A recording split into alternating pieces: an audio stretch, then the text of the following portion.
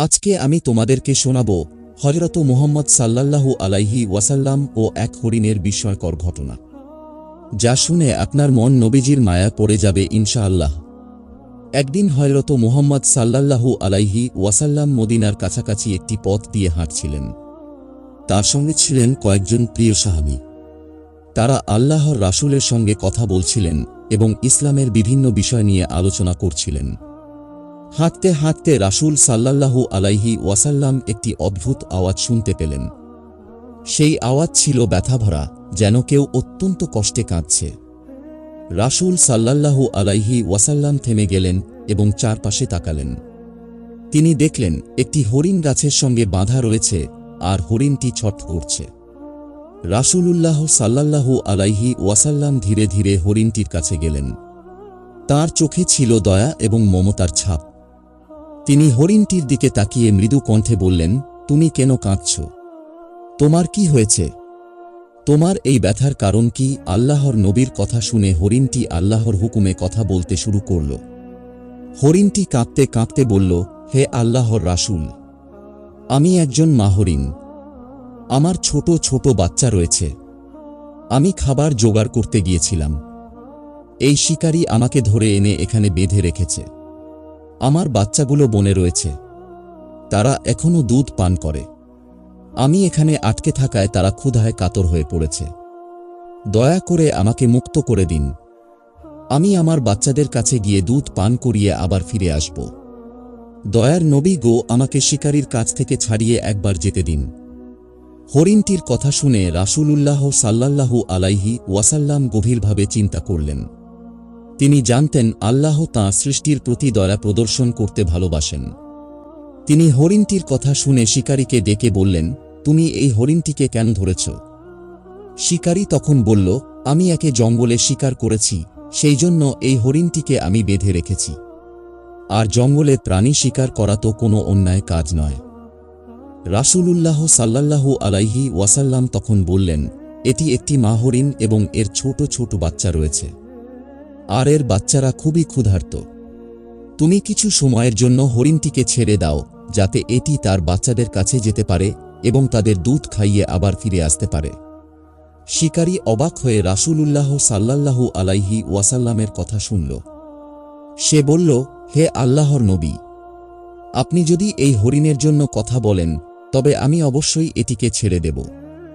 আমি আপনার দয়ার কথা বহুবার শুনেছি এবং আমি জানি আপনি কখনো অন্যায় কিছু বলেন না। কিন্তু আমি একটি শর্ত দেব। যদি আমার শর্ত মানেন, তবে আমি হরিণটিকে ছেড়ে দিতে রাজি। রাসূলুল্লাহ সাল্লাল্লাহু আলাইহি ওয়াসাল্লাম বললেন, তোমার শর্ত কি? বলো, আমি তা মানতে রাজি আছি।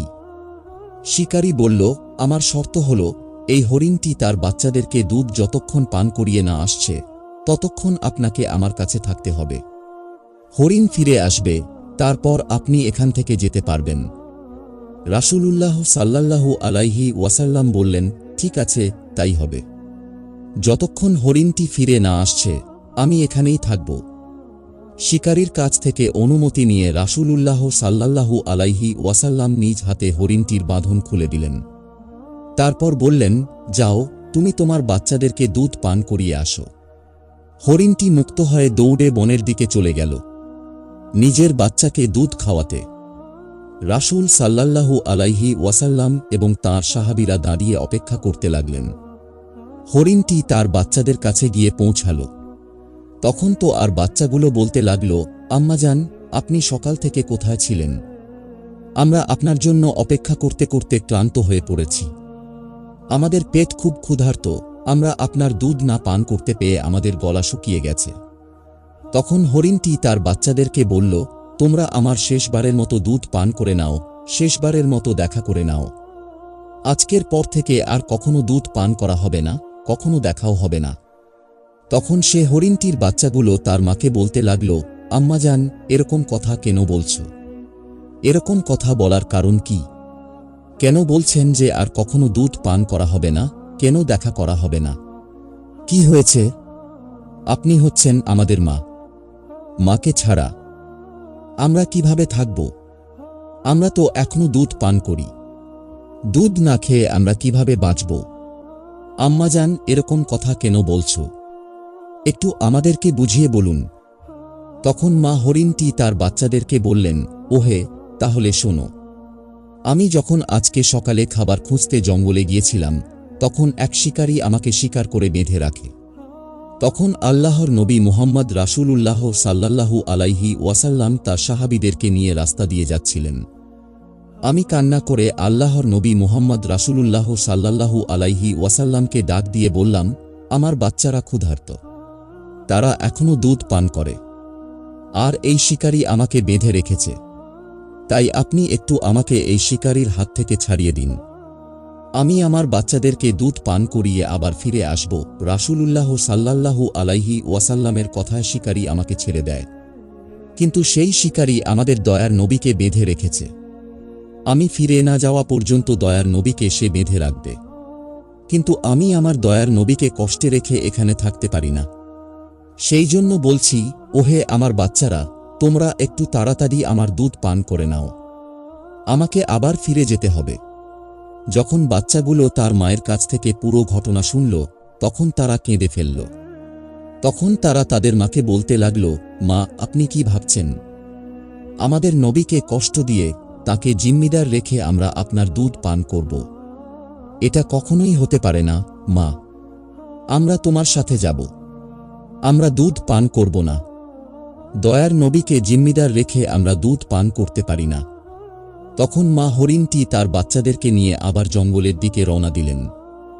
এদিকে অনেকটা সময় পার হওয়ার পর হরিণকে না দেখতে পেয়ে শিকারী বলতে লাগল, জঙ্গলে শিকার করা হরিণ কখনো ফিরে আসে না, আর সেই হরিণের জন্য আপনি নিজেকে আমার কাছে বন্ধক রেখেছেন।